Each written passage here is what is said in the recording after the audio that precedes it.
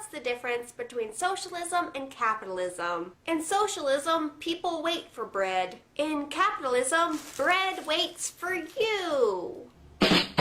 In this old clip, Bernie Sanders has good things to say about food rationing. You know, it's funny, sometimes American journalists talk about how bad a country is because people are lining up for food. That's a good thing.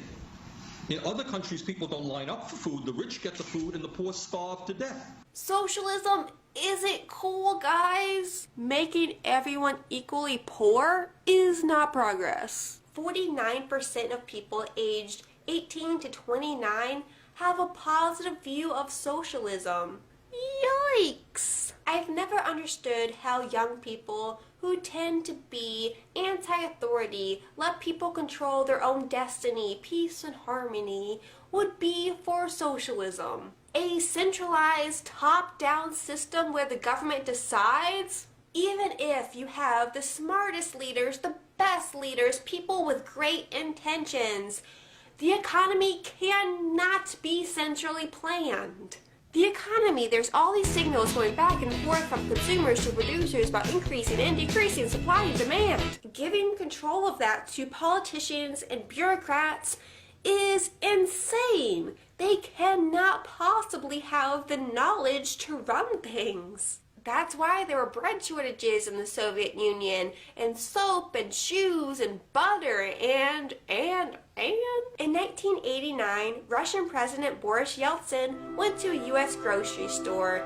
His mind was blown. All of these choices, how is this even possible? Well, you let people buy and sell goods and respond to incentives and price signals, things tend to work itself out. Why is capitalism treated as this evil thing? Less than a third of millennials have a positive view of capitalism. Capitalism is just the economy controlled by the people as opposed to the state for profit. Profit is evil. Profit is not an evil thing. It's a reward for producing something that people want to buy. Exchange is voluntary in a capitalist system. People buy an item because they value that more than their money, and both sides are made better off by the exchange. If something is overpriced, the producer will have to adjust the price to reflect market value or face going out of business. Too many people blame the problems in the current system on capitalism, which is absolutely frustrating. Capitalism is the separation of economy and state.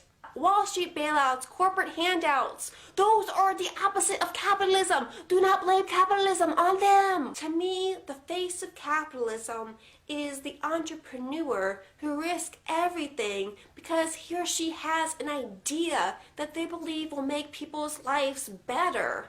That's cool. Socialism, government control, fewer choices, that's not cool.